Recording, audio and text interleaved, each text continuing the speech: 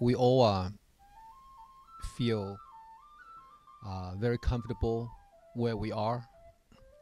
But I want to say to you that don't be that agitated self, agitating yourself to a higher challenge and broader vision, because it's very easy to feel comfortable in one cozy place. But that cozy place is only your launch pad. And this new age is this small. We have to see no borders. We have to see no limitation. I think we should be brave, be courageous, and embrace that kind of challenge. Well, when I say be a global citizen, which is one thing, is that it's good for your career, first of all, which is for your selfish reason, but it's also good for the world. Because once you have been to a lot of countries or another country, just another country, you really, really begin to understand what it means to be a foreigner, what it means to be an outsider. And he was always the only Asian boy in his class. And he always said, I'm a minority. And I say, dude, come on. You are not a minority. Each time we bring you to China, did you see that so many Chinese people? We have too many Chinese people, if anything, right? So you if anything, you are a majority. And I don't mean it in a way that is political will anyway. I only mean in the sense that one should have gained our own self-worth. That this notion of minority majority is only a relative term. You are in one culture, you are minority, in another you are not. If the Chinese kid in kindergarten age already speaking English and Chinese and French, in 10 years, he or she is going to take your job away. Because he or she is able to speak this language and work in your marketplace.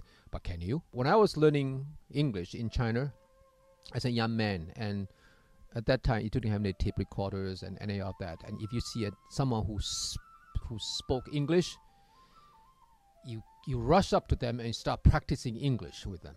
But I think they should let themselves be exposed to this culture now that you are here, and they will. And they should also open up to embrace this notion of American political system as well. Come to understand that, because once they begin to understand the power of Constitution and American legal system and all that, freedom of speech and all that, the other people who will bring this back.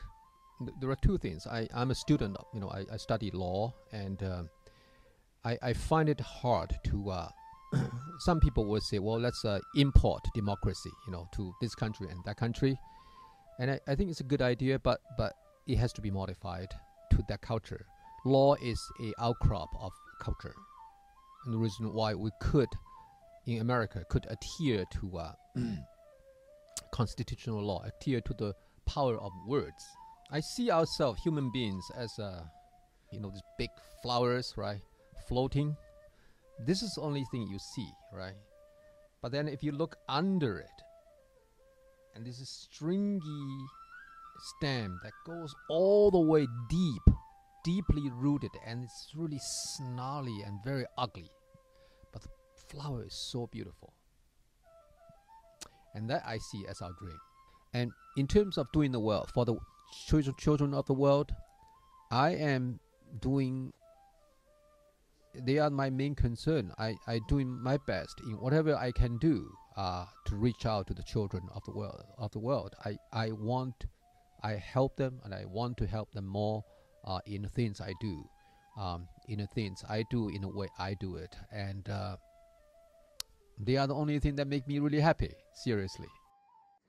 So, if you keep the mountains, you will never run out of the fuels to burn. The mountains will grow the trees, therefore you have the wood to burn in your fireplace.